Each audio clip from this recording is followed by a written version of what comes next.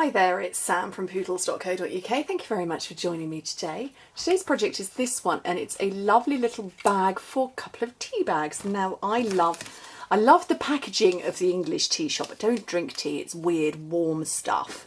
I'm a coffee girl, but I do like the packaging, and it's absolutely beautiful. I've used these over and over again, and I've gifted them out so many times, but I wanted to change up my packaging for you. So I've got this cute little bag, finishes up 4 inches tall, 3 inches wide, and just ½ an inch that way, which is 10 centimetres by 7.5 by 1.5 centimetres. So, you know, if you don't want to put tea bags in, you could put other things in. And inside my one, I have got tea bags in the matching Emerald Envy colour. Only got a few left now, so I decided I would pull out 2 similarly sort of shaded-ish pink ones. I'd say that's probably a bit more flirty flamingo, but I quite fancied going with sweet sugar plum. Right, let's get making. Piece of cardstock, 4.5 by 7.5 inches, so 11.5 by 19 centimetres. And the stamp set First Sight. Love it. This one is a particularly pretty pattern. I've used it over and over and over again. And let me grab a block. Which block do I want? That block will be lovely. That is a D block. Super versatile. And tone on tone stamping is where you take the same colour ink and stamp it on it. Now, if I was to stamp this onto white, that colour is the same as that, but when you take it and layer it over the same colour, it deepens it. It's almost like a kind of watermark effect. Clever. Possibly might need to re-ink my ink pad.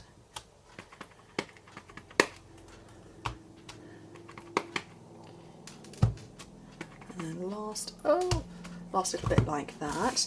And then while I've got this out, I've got a little piece of, well, I've got this out and this out. Piece of Whisper White. Now this is 2 inches by 2.25 inches, so 5 by 6 centimetres.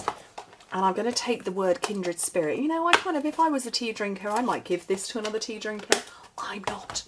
But if I was a coffee drinker, I am a coffee drinker, and I could find some coffee pouches the same, I would do that.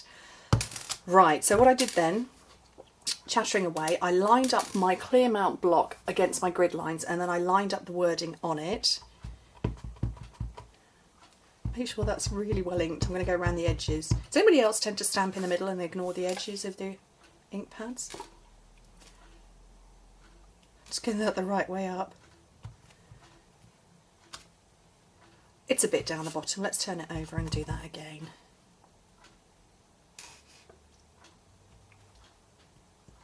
That's better, a bit more central. And then I'm going to come back in with this and come round the edges and lose my voice apparently. There we go. So that's all my stamping done. I have to get rid of that because that will make my head hurt. Along with my phrase of don't put it down, put it away, is also get rid of dirty grid paper. There's nothing that makes you struggle. If you've got dirty grid paper, you immediately feel like you're in a messy place. So get rid of it.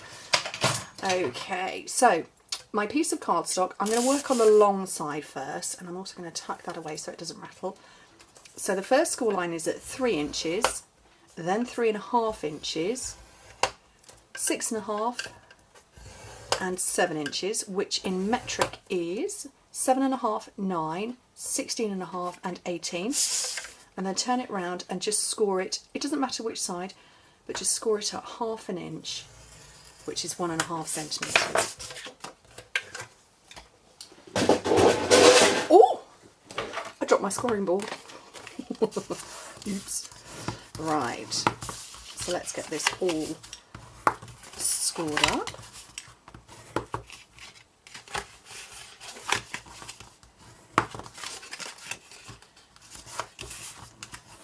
Okay, so I'm going to hold it this way around because you're not going to be able to see with all of the stamping going on.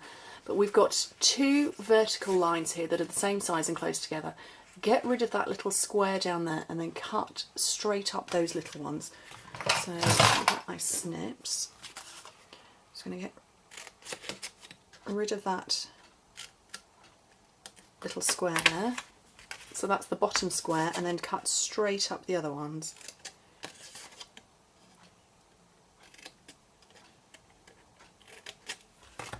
So what you're left with is that. So at the bottom I've just separated everything, and it's going to fold all the way around. So just on the outside tab I'm going to put some fuse down it.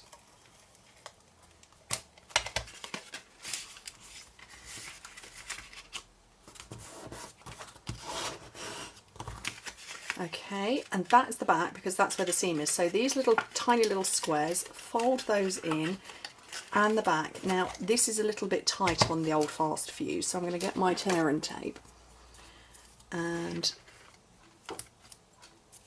stick that in there. So let me turn it around so I can see what I'm doing.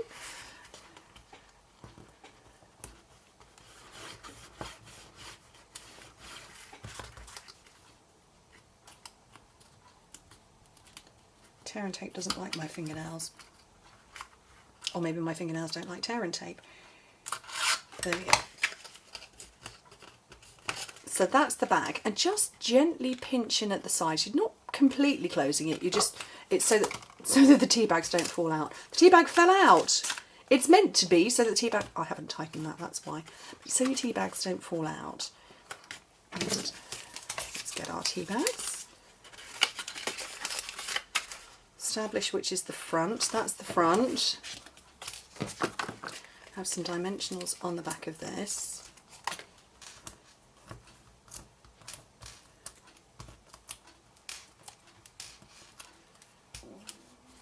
And then make sure you've got a nice little border around.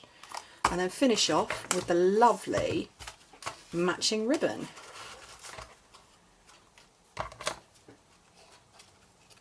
This is sort of a ruched ribbon, very pretty. And I'm going to tie mine a bit tighter this time so that the tea bags don't fall out. You could imagine these on a pillow if you've got guests coming to stay. My mum always does that. She always makes sure there's beautiful towels out for when guests come.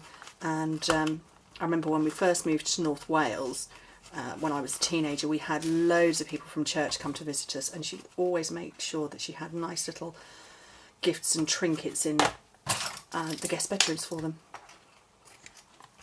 So there we go. What do you think? Nice little tea gift. Anyway, thank you ever so much for joining me. Why is that one shorter? That's weird. It's because it started off at 4.5 and I only cut this down to 4. Anyway, thank you ever so much for joining me. Hope to speak to you soon. Clearly the tea bags fit. I'll work on those measurements.